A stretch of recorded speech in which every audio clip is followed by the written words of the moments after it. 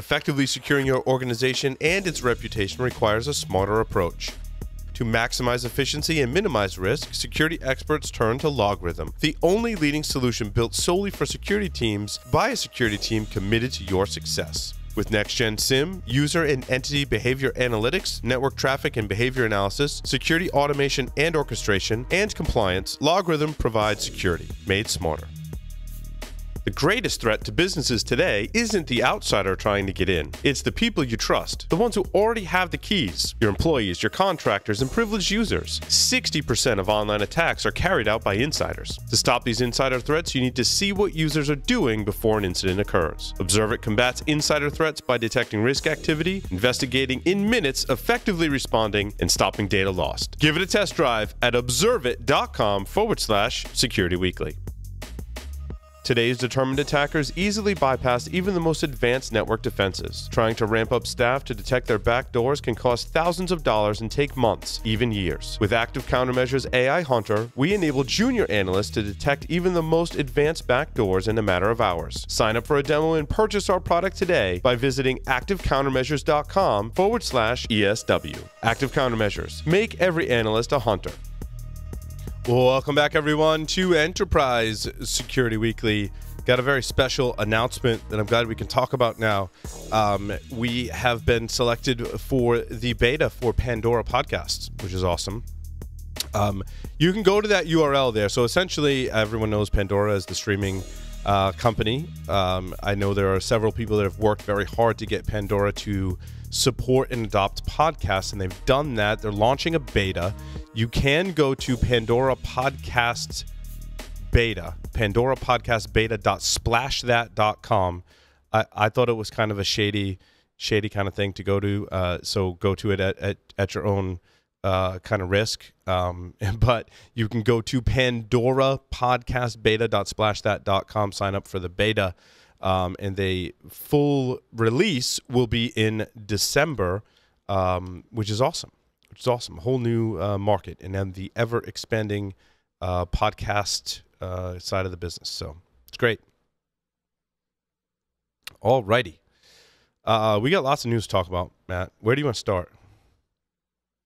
So I grouped all the funding, acquisition, rumor stuff in one chunk, so we can probably blast through most of that, and then let's go through rumors. Some of the other highlights. I like rumors. Rumors are fun. We don't talk about rumors too often on the shows, but I like these kind of rumors, as we can talk about them about rumors, and it's interesting. So the rumor is that BlackBerry is going to buy Cylance. I don't know how qualified that rumor, how much data we have to support that. I did see in a couple different places.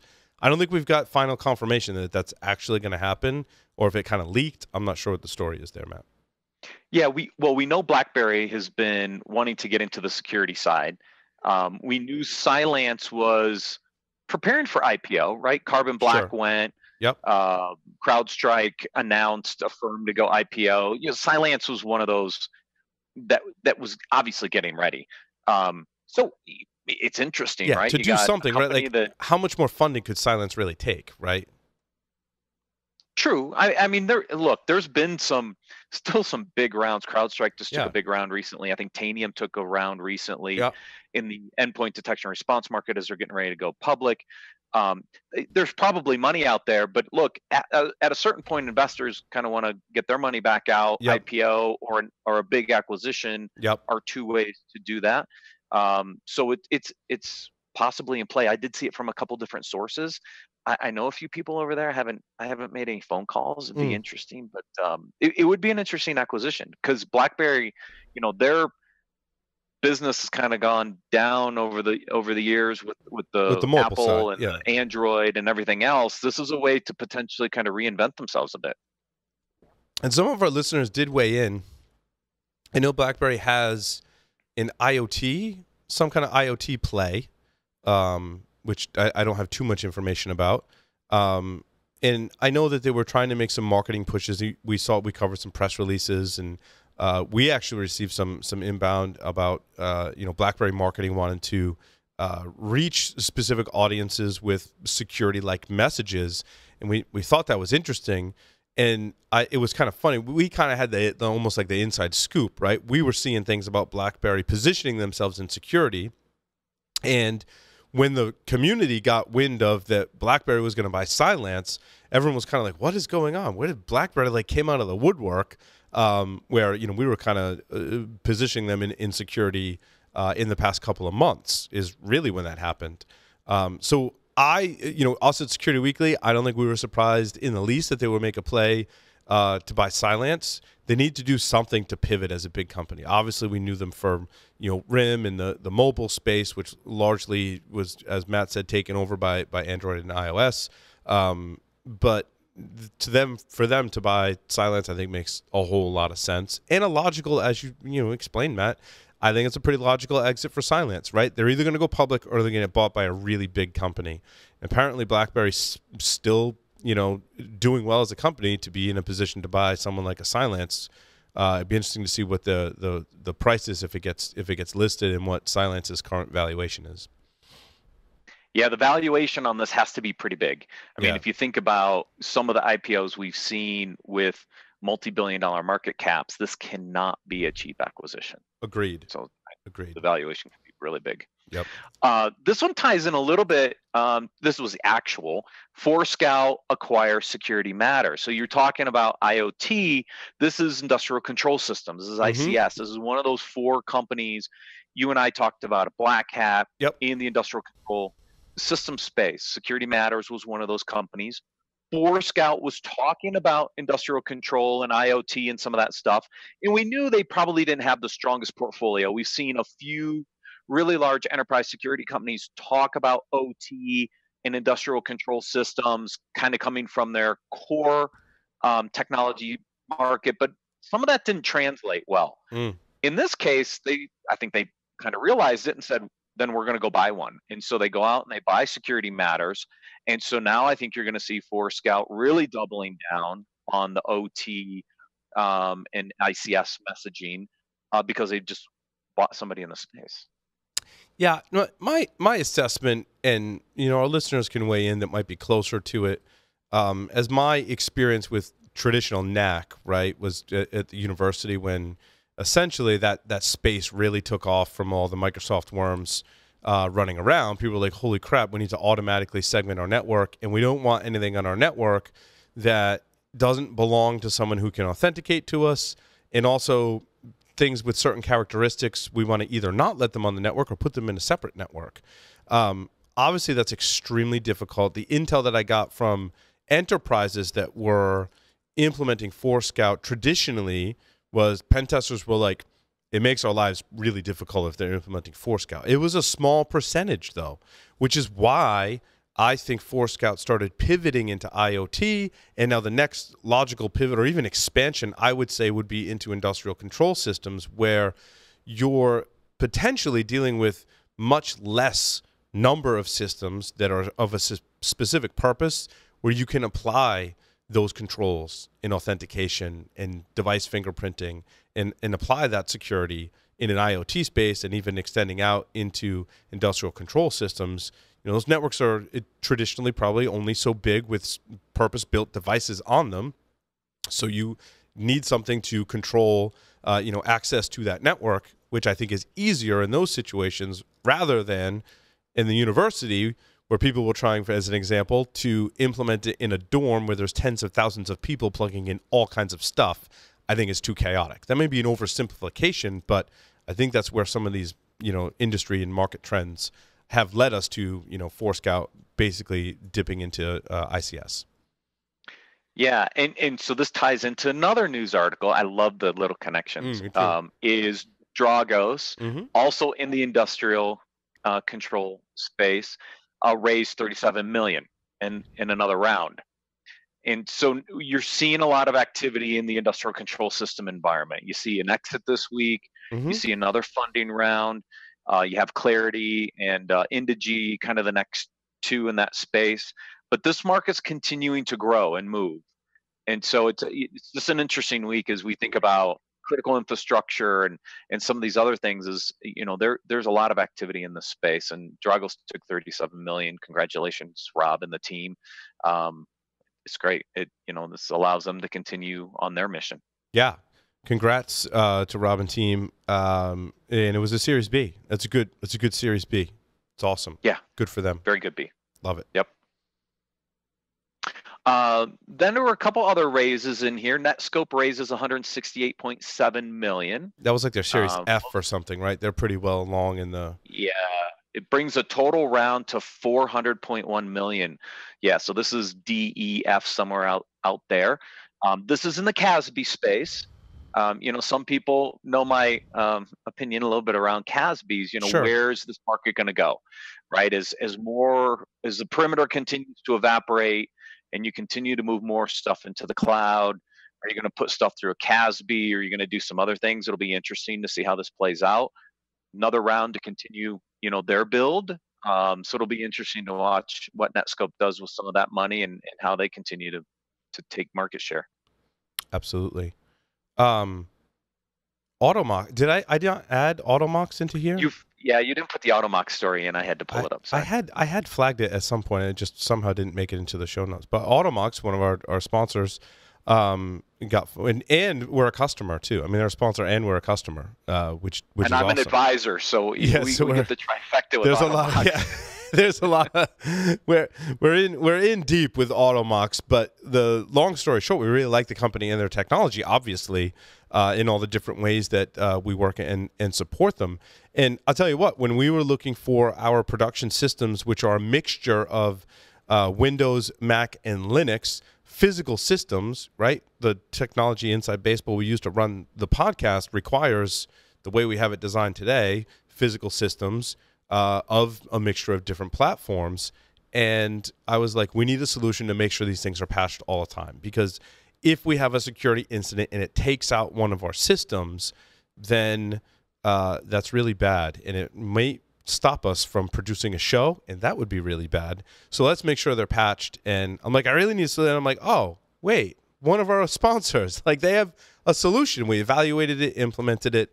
And it's awesome. It's awesome. We really like it, and it gives me certainly a huge peace of mind. And it's easy enough where I don't have to manage it. Right? We can. The team collectively manages it, which is awesome, and that speaks a lot to their product and operational efficiency. Yeah, I mean, if you're struggling with patching, this solution's so simple. It's cross-platform, all in one place, hosted in the cloud. It's super easy. That's what people love about this. I mean, there are almost 600 customers now. They've good revenue. I mean, this company has been doing great. I've been involved with them for a while. Ron Gula, this is something we looked at Tenable years ago. Ron seeded them really early. Mm-hmm. When I left Tenable, I started advising them. So it's been almost a year and a half or more that I've been engaged with these guys. They just continually been growing, really simplified the patching process. And they got a great round that just allows them to continue to accelerate. Most of this is going to go into a lot of engineering work on the platform, obviously some sales and marketing activities, but this stuff is really simple to use and just needed, right? It's just basic cyber hygiene. Just patch your stuff. Right. That's what these guys do. Yeah, absolutely. It's awesome. Is that? And then there was one more. Duality. Yes. This was an interesting $4 million. And this was an interesting one. This is an Israeli-based startup that did something in monitoring and tracking encrypted data without actually decrypting the data, which doesn't surprise me. A lot of this innovation, like I just described, comes from Israeli-based startups, which the technology is just awesome. Just awesome. And a lot of innovation coming out of Israel, as we all know. Yeah, we did a little bit with the passive vulnerability sensor at Tenable. Mm-hmm. There were some ways to inspect encrypted traffic and get some data about it that we could use. I don't remember the specifics. Carlos can probably go into great details on this. But with these guys, they're taking that kind of concept, and it looks like they're expanding it around tracking and monitoring encrypted data that's potentially sensitive. Don't know all the secret sauce. They don't get into it here, but it's really interesting that you can do some of these monitoring detection capabilities without decrypting the traffic, because as we all know, right, creating decryptors and man-in-the-middle attacks and performance scalability overhead, it's not going to continue. And so if you can get some interesting analytics and data without decrypting, that's really, really cool. Absolutely. Moving on from funding and acquisitions, in there somewhere, we've reorganized the stories. Polyverse is in there somewhere, right? Yeah, I had trouble getting to the Polyverse one, actually. For some reason, it was blocked behind the paid advertisement. Yeah. That's okay. You know why? Because I did a briefing with Polyverse. So I'm very well versed in Polyverse, you could say. Really cool company. We do briefings with all kinds of security technologies, right? Me personally, I love when we get to talk about Linux security because that's my background. I was a Unix and Linux administrator for some time. So I love getting to nerd out with, the teams at companies that are doing something with Linux security. And Polyverse is all about Linux security. And look, basically what they created was you sign up for their service and they create a custom Linux distribution packaging service for you. You pull all of your packages from them.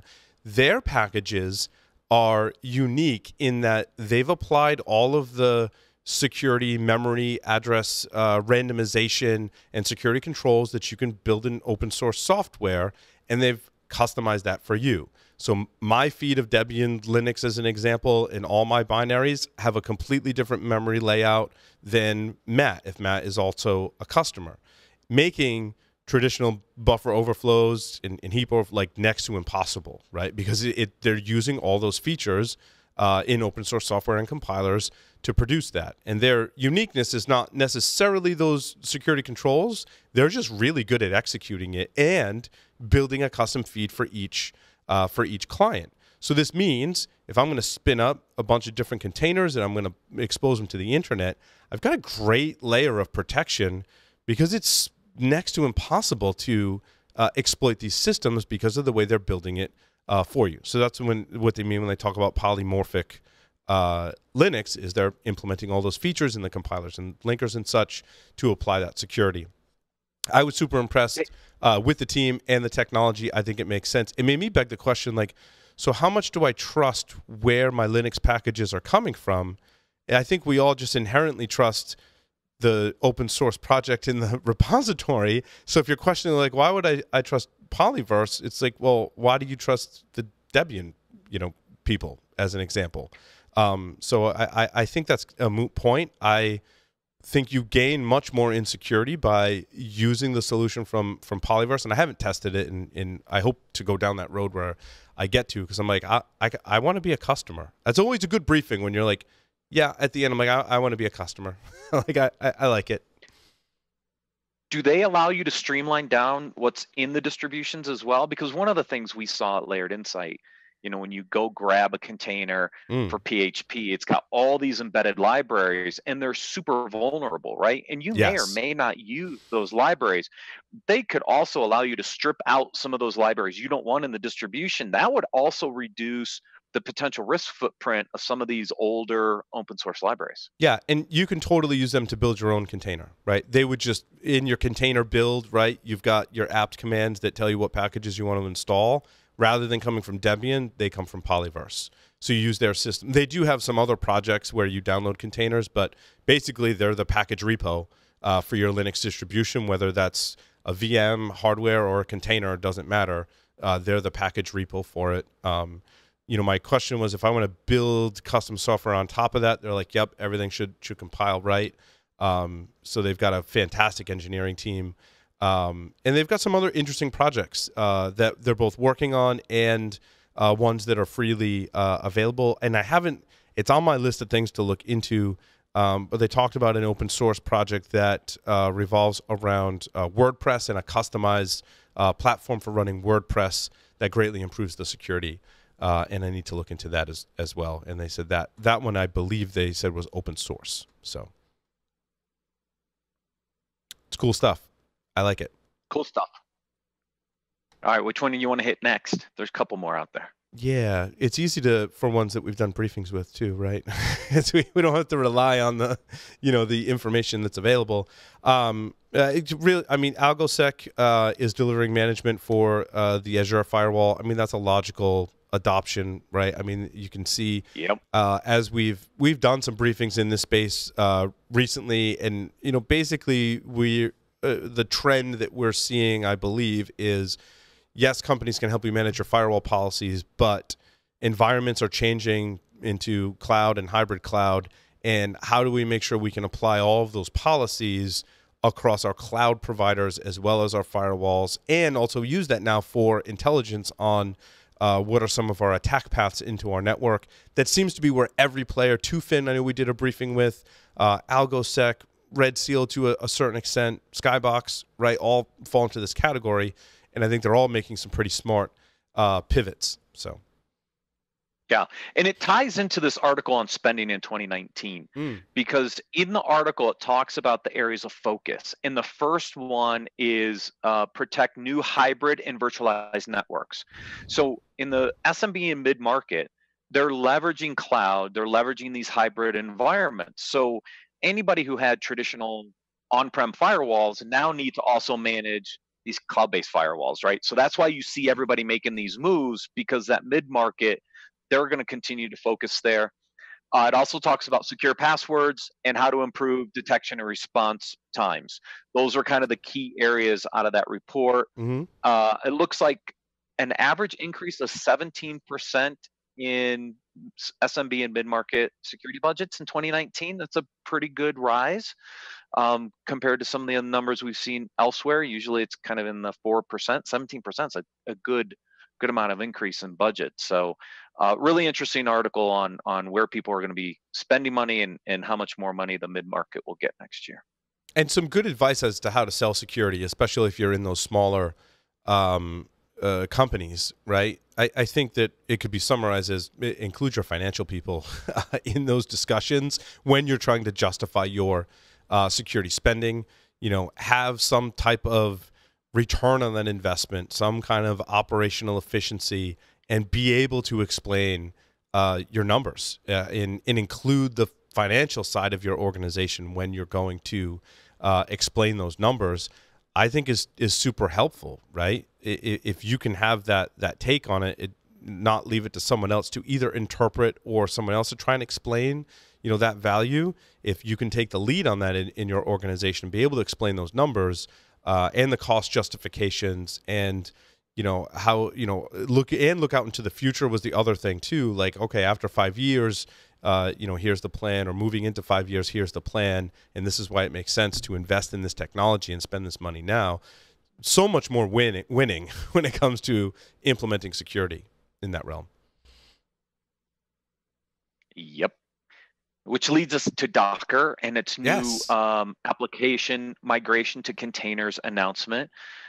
We all knew, from a Linux perspective, how important this was. But the other big thing in this announcement, in the news from Docker this week, is the support for Windows containers. You're starting to see an uptick in Windows containers. And so containers aren't just for Unix anymore. You're starting to see Windows. Docker's been on the forefront of supporting Windows containers, working very closely with Microsoft over the years. Oh, interesting. So this is, again, improving how to move some of those apps easier into both Linux and Windows containers. Yeah, that would be a huge win for Active Directory and Windows security, in my opinion, is if we could see increased adoption functionality with Windows containers. The feedback that I've received, I haven't played with it specifically. I have taken applications and put them inside of a container. I question the automatic processes for doing that and whether they'll actually work, just based on my experience. I'm very, very skeptical that you can take, a traditional application and use some automated tool or process and get that in a container, which is one of the things Docker was saying they could do for Windows. I really hope that technology works, because it's a huge win for Windows administrators to be able to run in a containerized environment. Although I would imagine that Azure would provide some of that flexibility for you, but certainly there are advantages to even containerizing it beyond what Azure is, probably more like a VM, a virtual image, rather than a container. Yeah, in DockerCon last year, because we were there, you saw the pieces of this already coming together, right? The ability to quickly create containers for an application and tie them together, additional support for Windows. This is an evolution of what they showed us at DockerCon earlier in the year. You've got Azure Container Instances now starting to compete with Fargate on the Amazon side, where customers that want to use Windows containers and a really easy to deploy serverless infrastructure. So you're going to continue to see evolutions in the space, both on the Linux and Unix side, but also on the Windows side, because I think this is a big part of Azure's growth strategy going forward is, can I get all those legacy Windows applications running on Azure in Windows containers? That helps solidify the growth for Azure long term. Yeah, absolutely, and helps people manage and get a hold on their a handle on their legacy applications as well. Yep, having those snapshots is, I think, really huge, right? Being able to orchestrate those containers and say, oh, that's compromised. Let's roll back, and that kind of stuff is important. You added a Twistlock article in here, so we stay on the container theme. Just for you, because I know how much you love containers. So this one is interesting to me. It's a new discovery tool for finding containers. And to me, this is a little bit of a catch-up, because there's ways to do this without creating a separate tool to discover. I was just going to say, there's a lot of ways to skin this cat, right? There is. And so what they did is they embedded a kind of a discovery scanner in a container, and you can run it anywhere and you can discover your containers. Okay. Qualys could do this before they bought Layered Insight, right? So I think what you're going to see is some moves by the traditional dedicated container security companies. I think they have to provide some capabilities that they were willing to allow others to do, but now have competing products like Qualys. Because this evolution of the Layered Insight acquisition into Qualys, to me, will be interesting, because a lot of discovery, a lot of vulnerability discovery, a lot of static scanning, etc., are already there. And now I just add container security. What's the value of a Twistlock, Aqua, StackRox from here?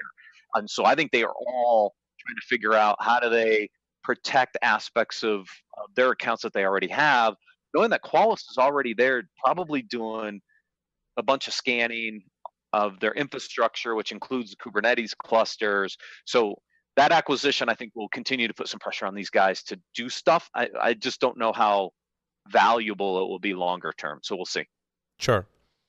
What I questioned in this announcement was how they're doing the authentication to your cloud providers. They're like, oh, you just give it a JSON file with all the different destinations and your credentials, and I'm like, red flag. Like, that should be using something like a Conjure or some other kind of secrets management if you're doing this in production, because you don't want to stick your credentials in a clear text JSON file. That would be bad. It would be really bad. And I'm sure that's possible, but that's not how it was written in the article, which threw up a red flag for me. Sure you can leverage HashiCorp or some other secrets management to do it. But again, it's kind of this out-of-band piece of functionality. It's like, okay, I can probably get that data elsewhere. Do I really need your tool to do it if I can already get the data? I don't know. It's kind of weird. Agreed. All righty. There were some other articles in there. Planeteer looks like it's possible 2019 IPO. I don't remember what Planeteer does. I added this one. I hadn't gone back to. So they started as a big data analytics company originally, right? When big data was all the rage, grabbing data from data lakes and doing analytics on it. They've been trying to reposition themselves. And what the article actually talks about is some of the struggles or challenges they'll have as they get ready for IPO. And I think any company that desires to go IPO, there's a couple in here that I think you just have to be cognizant of. The first one, I'm a big believer in this, is they're still losing money after all these years. When you go public, your runway to profitability shrinks dramatically. You have to start showing at some point profitability, unless you're an Amazon or somebody like that that's growing at crazy rates. you have to have a path to profitability. It will stunt valuation in IPO. It will over time. So it's an interesting one that they pulled out. The second one here was shifting away from government to commercial. If you started in the government sector, it's challenging sometimes to pivot and take over get a broader commercial footprint. You don't want to be a one-trick pony and just be in the government, especially with funding in the government. Some days you never know whether stuff's going to get approved for future funding. Now they're trying to shift into commercial. That creates challenges too, because now you have to show that value to the commercial customers that maybe you didn't have to show to the government customers. Just keep that in mind if you're very Fed focused today and you want to move commercial. You got to address this stuff before IPO. This third one here is moving from bespoke software to off the rack solutions, right? To scale, software companies cannot continue to customize software for every single customer. It will not allow you from an R&D perspective to scale. And I've seen this in the GRC space where, vendors were customizing the software specifically to a customer. That kills upgrade paths, that kills a scalability of your engineering resources, right? You want to move to solutions that are more off the rack, configurable to give that customization without creating a bunch of custom code. These are all things that will kill you when you're in the public market and you can't continue to scale and grow. So they talk through some of these things in this article, which I think is just good for any software company to kind of understand. If you want to go IPO, there's some really interesting points in here that you should just look at and go, do we have that nailed? Do we have it covered? Because if we don't, it is something that could potentially impact the IPO or the growth after IPO, which is always my bigger concern. Awesome. Well, that concludes the Enterprise Security News and Enterprise Security Weekly for this week. Thank you, everyone, for listening and watching. See you next time.